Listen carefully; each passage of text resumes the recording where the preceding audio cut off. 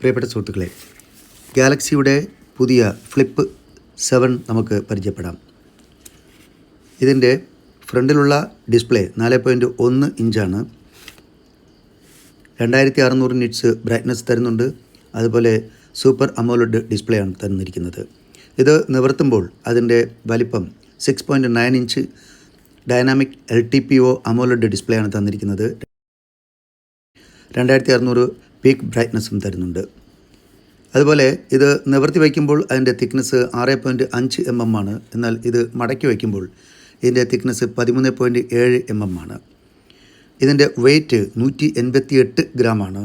അതുപോലെ ഇതിനകത്ത് നാനോ സിമ്മും ഉപയോഗിക്കാം, സിമ്മും ഉപയോഗിക്കാം. അങ്ങനെ 2 സിമ്മ് ഫെസിലിറ്റീസ് ഉണ്ട്. ആൻഡ്രോയിഡ് 16 വരുന്നത്. 7 മേജർ അപ്ഡേറ്റുകൾ തരുന്നുണ്ട്. ഇതിൻ്റെ ഒരു പ്രശ്നമെന്ന് പറയുന്നത് ഇതിൻ്റെ പ്രോസസ്സർ സാംസങ്ങിൻ്റെ തന്നെ Exynos 2500 പ്രോസസ്സറാണ് ഇതിനകത്ത് നൽകിയിരിക്കുന്നത്. 3nm പ്രോസസ്സറാണ്. ഇത്രയും വില കൊടുത്ത് നമ്മൾ വാങ്ങുകയാണെങ്കിൽ ഏകദേശം 1,10,000 രൂപ ബേസ് മോഡലിന് കൊടുക്കേണ്ടതുണ്ട്. ഇത്രയും വില കൊടുത്ത് വാങ്ങുമ്പോൾ നമ്മൾ സാംസങ്ങിൻ്റെ തന്നെ Exynos പ്രോസസ്സറാണ് നമുക്ക് ഉപയോഗിക്കാൻ കഴിയുന്നത്. ഓക്കെ, ഇതിനകത്ത് UFS 4 ഹാർഡ് ഡിസ്ക് തരുന്നുണ്ട്. അത് നമുക്ക് സ്പീഡായിട്ട് ഫയൽ ട്രാൻസ്ഫർ ചെയ്യുന്നതിന് ഉപകരിക്കും. ക്യാമറയിലേക്ക് വന്നു കഴിഞ്ഞാൽ ഇതിൻ്റെ ഫ്രണ്ട് ക്യാമറ 50 മെഗാപിക്സൽ വൈഡ് ക്യാമറയും 12 മെഗാപിക്സൽ അൾട്രാ വൈഡ് ക്യാമറയാണ് തന്നിരിക്കുന്നത്. 4K വീഡിയോ ഷൂട്ട് ചെയ്യാൻ കഴിയും. Selfie camera 10 MBയുടേതാണ്. ഇതിലും 4K വീഡിയോ ഷൂട്ട് ചെയ്യാൻ കഴിയും. ബാറ്ററിയിലേക്ക് വന്നു കഴിഞ്ഞാൽ 4300 mAh ബാറ്ററിയാണ് തന്നിരിക്കുന്നത്.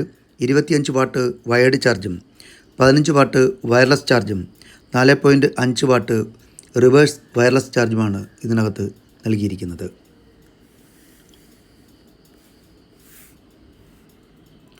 ഓക്കെ, അപ്പോൾ ഇത് നമ്മളെ നിരാശപ്പെടുത്തുന്ന ഒരു ഘടകമെന്ന് പറയുന്നത് ഇതിൻ്റെ പ്രോസസ്സർ തന്നെയാണ്.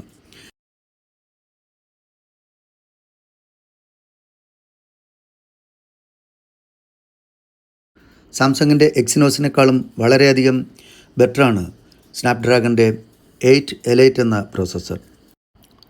ജൂലൈ 25 മുതൽ പ്രമുഖ ഓൺലൈൻ പ്ലാറ്റ്ഫോം വഴിയും അതുപോലെ ഓഫ്ലൈൻ വഴിയും നിങ്ങൾക്ക് ലഭിക്കുന്നതാണ്. ഓക്കെ.